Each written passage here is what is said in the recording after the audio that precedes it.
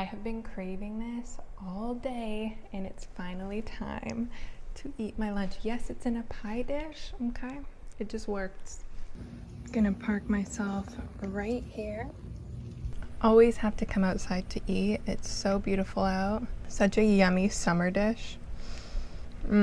Take me back to Italy. Okay, now that my belly's full and I feel amazing, I really wanted to sit down. I just felt last night I was in bed and I really felt the pull to film a video on overcoming fear, anxiety, being an overthinker, and just things within my own life that I'm taking big strides to overcome and have really seen within my day-to-day life experience how much over the last, I would say, couple years, I have really overcome big fears, big anxieties, and big things that I didn't realize were really ruling a lot of my day-to-day experiences and how I perceived and viewed the world and relationships and everything around me. And I feel like anxiety is such a prevalent thing. I think there's so many people within this day and age. I think in America, I'm trying to think off the top of my head, I think it's something close to like 40 million Americans deal with some form of anxiety disorder. But the statistics of anxiety and dealing with an anxiety disorder are massive, especially in this country alone. And it's something that we don't have to live with. And anxiety, same with stress, and a lot of things are all based in one thing, and that's fear. And so it seems like a really big topic, and it's like, okay, well, how do I even overcome that? And it's funny because so much of my life, I just thought, this is who I am. I'm an anxious person. Or I even recall a moment in my life where I said verbatim to somebody, oh, I'm just a fearful person. I'm naturally fearful. But now that I look back on that, I'm like, girl, if only I could tell you, you do not have to be afraid of normal things within your life. You do not have to carry fear, even with like the tiniest little things, with bugs, with just everything. It was like I just was carrying this weight that I had no idea at the time I could actually remove and take the steps to remove it. It all started when I stepped into the power of stillness, when I fully understood, like had a full revelation of what it meant to be present. And true presence, truly being in this moment, truly being in the power of now, means that you are not in thought, you're not speaking, you're not thinking, you're simply being in the moment and embracing it with all of your senses.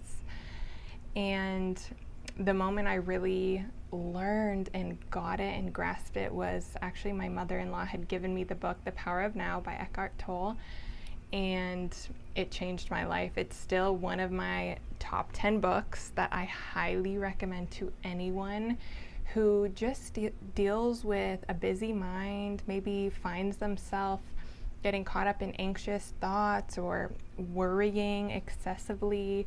If maybe you're a mom and you just can't stop worrying about your kids, or you have a partner or spouse or whatever it may be, best friend, that you're just always worried. If they're 15 minutes late, you immediately are like, they're in a car accident, or you just get overcome with these stresses and fears and worries. Then I'm telling you, when you can harness presence, you really understand that all fear is a projection of a future that is unknown.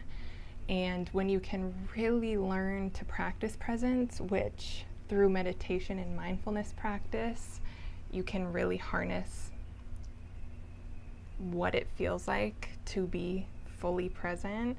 And it is a practice. It's something that takes time for it to become a natural flow in your life. But I can say for myself that it changed my life.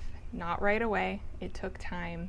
And actually, part of my journey of really overcoming a lot of stuff in my life happened at the beginning of this year, 2021. I got really sick in January. Well, it was actually the end of December, the day before New Year's Eve. I got really sick and I thought it was just maybe a stomach bug. Maybe I ate something that was off and my body was just getting rid of it. I thought 24-hour flu, that's all it's going to be. And I ended up being very sick 2 months. I was bedridden. I couldn't walk around the house without throwing up or being in severe pain within my gut. I went to 5 different doctors. No one could figure it out. Everyone was diagnosing me with different things and trying to get me on these medications, and nothing was working and nothing was resolving itself. And that's a whole other story, which I could absolutely get into one day, more details on how I really healed myself. But that moment of me being so sick and no doctor knowing why, that time in my life, I was forced into stillness. I was so sick that I couldn't even really watch TV and enjoy it. You know, when you're in elementary school and you're sick, you got a little tummy ache, but you're just at home watching Price is Right or Maury or something, and you're in grade 5 just loving life. Got a bucket on the side. My mom used to give me a bell to ring if I needed her. Anyways, not that kind of sick. I couldn't even watch TV. It would make me so nauseated, give me a headache. So I was for real sitting alone in a room 2 months straight. But it really forced me into this space where I was really confronting my thought life in a new way. I was really confronting my belief systems in a new way, because I was by myself for so much time and my body was going through a lot of pain. So it's just a different headspace that you have to overcome and conquer. And I was really able to notice things that were happening. And it's interesting because I love reading and I've been a reader for many years, and there's been so many books that I've read, but it's not until you're in a place in your life where you can fully practice the things that you're reading and learning, you can fully understand them, if that makes sense. So, you can read something about being present or about your belief systems and all of these things, but then it's you, in the moment, maybe you don't have a practical application. You really have to practice that when you're coming up against adversity. And so for me, that's what this time was. When it came to me within being sick, my fear was, is this going to be my future? Am I going to be just bedridden, unable to eat anything without being in severe pain or vomiting? And is this my life? One of my doctors thought maybe I had a severe case of Crohn's or another autoimmune type disease. And I just right away was I had a day where I got really overwhelmed by that thought and was my life is over. I love food. And now, oh my gosh, when I travel, those moments where you're going in your head and you're predicting your future and you're it's not going to be the same. I had one day of that, and then the next day I was absolutely not. I do not claim that diagnosis. My body is powerful, and I can heal myself through my thoughts. I can heal myself through harnessing my words and how I speak over my body, whether that be out loud or in my thoughts. And I knew in that moment that if I was going to be projecting fear and thinking fearful thoughts and negative thoughts about what could happen, then those things were going to play out in my life. And I was seeing how, oh my goodness, this is an image of almost how so much of my life within my past has gone, where I just have had such negative thoughts, or fearful thoughts more so, I would say.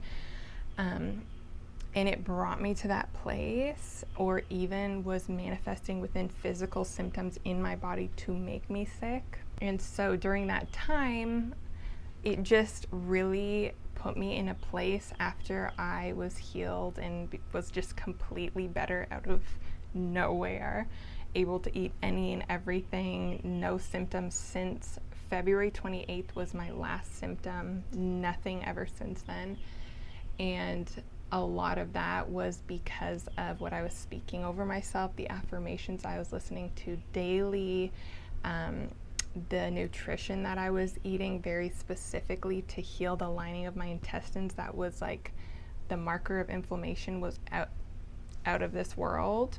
And I healed myself, and it really gave me not only this gratitude for life, but also just this powerful knowing of how capable I am when I align my thoughts and words and emotions with what I truly, truly desire in life, which is a life of joy and freedom and love.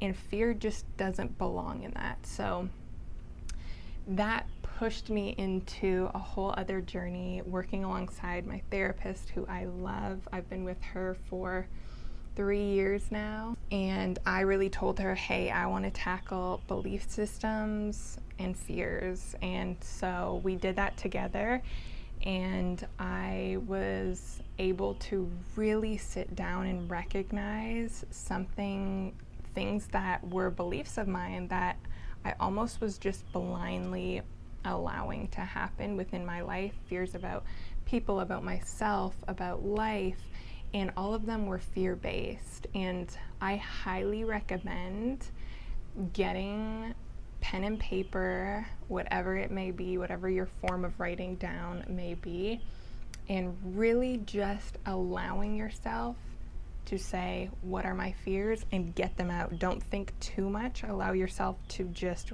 write.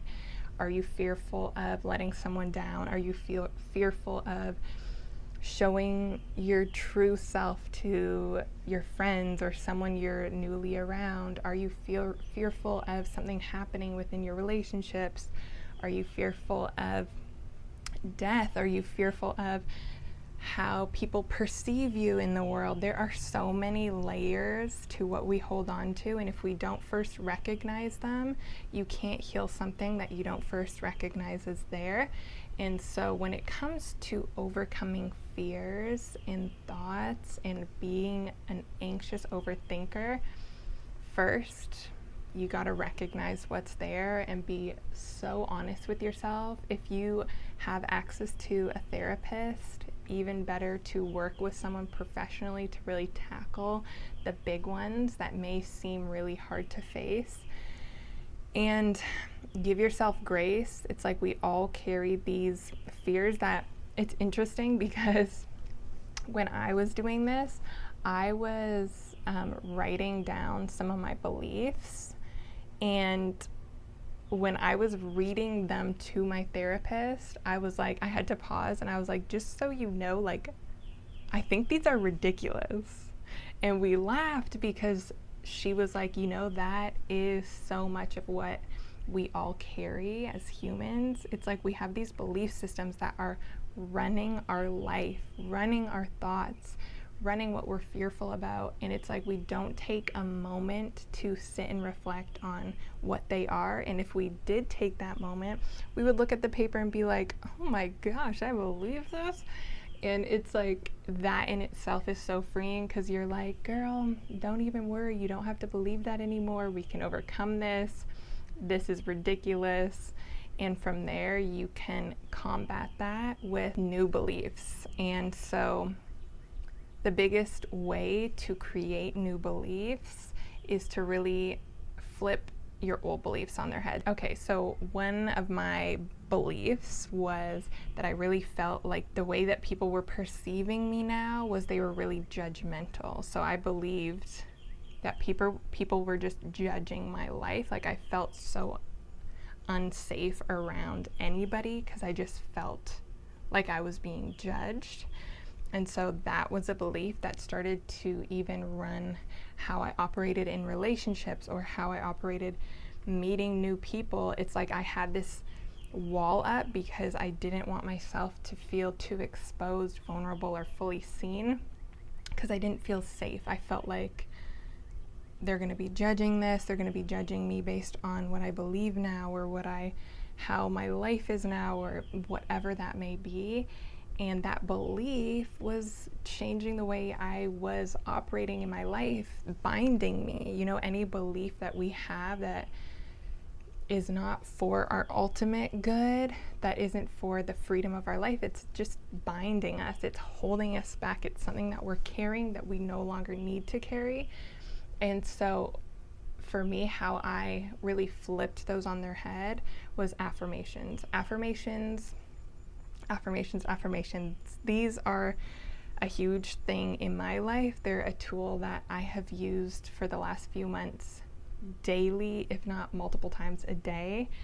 And basically what affirmations are a way for you to instill new belief systems into yourself, and basically just to speak life over yourself and remind yourself of what you desire, how you desire to live. And so, for example, if my belief is that people are judging me, then my new belief and affirmation needs to be that I trust the people around me. I am safe in every situation and people believe the best for me. So that's something that I would write in my journal, or even for me, I record my own affirmations and then listen to them every morning and night. How you basically can create your own affirmations is to look at that list of fears or beliefs or whatever it is that you no longer want to carry, write the opposite, and then affirm yourself in those things every day. So if you believe that you're not worthy of finding love one day, then your affirmation needs to be, I am worthy of finding love.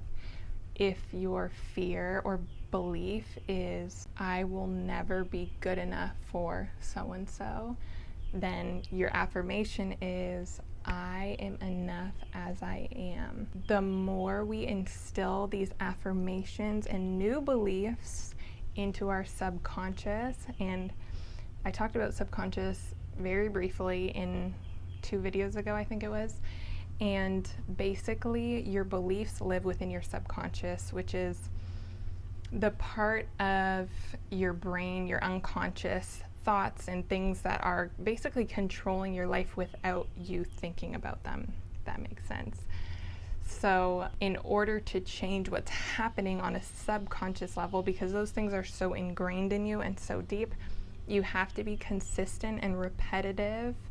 And that's why affirmations, like writing affirmations over yourself in the morning as a journal practice, is beautiful. Recording them and then re-listening to your voice is even more beautiful. When I was talking to my sister actually about the fact that I was recording my own affirmations and listening to them, she was like, oh my gosh, that is so amazing. And she was really talking to me about the frequency of our own voice and how it's actually one of the most healing vibrations, frequency-wise, that our body needs. So even, I don't know if you know about frequencies and healings and vibrations, but it's a huge method of healing. If you've seen sound bowls or a lot of alternative medicine practices use sound as healing. It's a very ancient practice and it's a really beautiful one.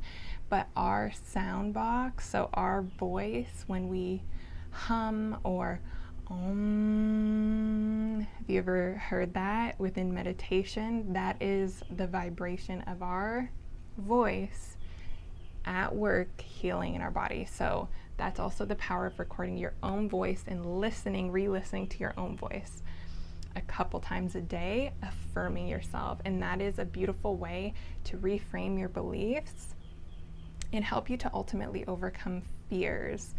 And to go back to my first thought about overcoming fears, which is really practicing presence, when you learn to be still and in the moment, you learn to quiet your mind. If you're someone like me, who I used to be such an overthinker, I didn't even recognize how much I was an overthinker until my new self. Now, I don't think during the day. Like, it's very rare that I will even find myself in my thoughts. I'm so present in my tasks. There are no thoughts other than me just unconsciously being like, what do I want to eat? There's no thoughts other than that, unless I maybe came up against something really difficult and then I have to center myself again.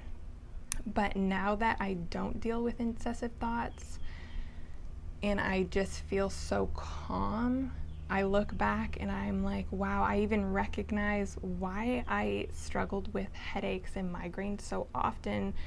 Because when you're just so turning over thought after thought after thought, it's overwhelming and it's exhausting to your brain. And so when you can harness that power of really learning to be in the moment, and I highly recommend the book The Power of Now.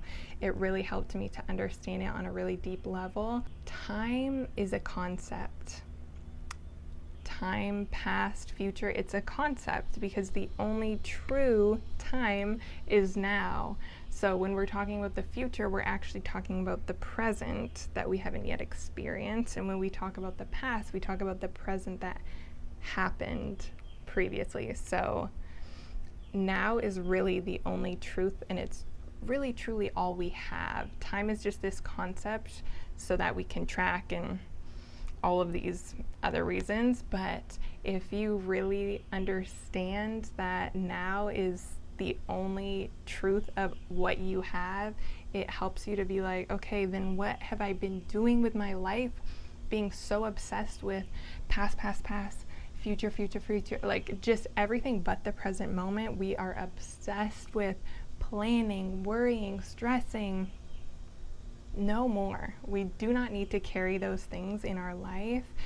And so I want to say to you, if you are like, oh my gosh, I connect with this, I'm so exhausted of being an anxious person and an overthinker, and I'm replaying situations in my mind, you do not need to do that, because reliving moments or living moments that have never happened and will never happen incessively, and it's taking you out of experiencing life, which is right now. And when you understand that overthinking, anxious thought, worrying, all of those things, you think for whatever reason, we think it's helping the situation if we can like think on it and figure it out. It is absolutely not helping the situation. If you can center yourself and be present, learn to breathe, learn to be in the moment, that will help you to approach all of life's circumstances, situations, problems in a manner that is more collected, more calm. You gain way more clarity when you're able to be present and you're not projecting things into a situation because you're just overthinking and anxious and worried about it, because that's often what we do. We make it worse because we're just sitting on it for days and it's keeping us up at night, and it's just not necessary. And so I definitely encourage you to practice any of those things that I was talking about, really facing and viewing what it is that you believe, what it is you're fearful of, acknowledging those things, being honest. Like, it's so beautiful when we can be honest with ourselves, because it's like, oh my gosh, I can take a deep breath. I'm recognizing these things and the world didn't end. It's all good. I can overcome this. And combating those with affirmations, really speaking over yourself. I have my journal practice video that, if you haven't watched yet, highly recommend you watch that. Journal practice is such an amazing tool, and affirmations, writing out your own affirmations in the morning, something I also just really recommend. It's something I do. Just really speak over yourself that you are worthy, that you do not need to carry fear, that life is endless and full of possibilities, and really embrace the moment. I know that that can be this taboo saying of be present, be in this moment, but it is such a powerful thing when you really do harness the present moment and get rid of all the thoughts and the chaos, and you learn to just be still and be, and stillness is immaculate, just like my caprese salad. Okay, that's all. I just wanted to share that. I really hope it helps. That, yeah, it's amazing when you are overcoming things and you see the fruit of it in your own life. I'm in a place right now where I'm seeing that, and I still have my moments. I still deal with some anxieties, specifically social anxieties, but we got this. I'm overcoming it day by day, affirmation after affirmation. All right, sending so much love to you. If you haven't yet subscribed, please subscribe, like this video, and I will see you hopefully in my next video.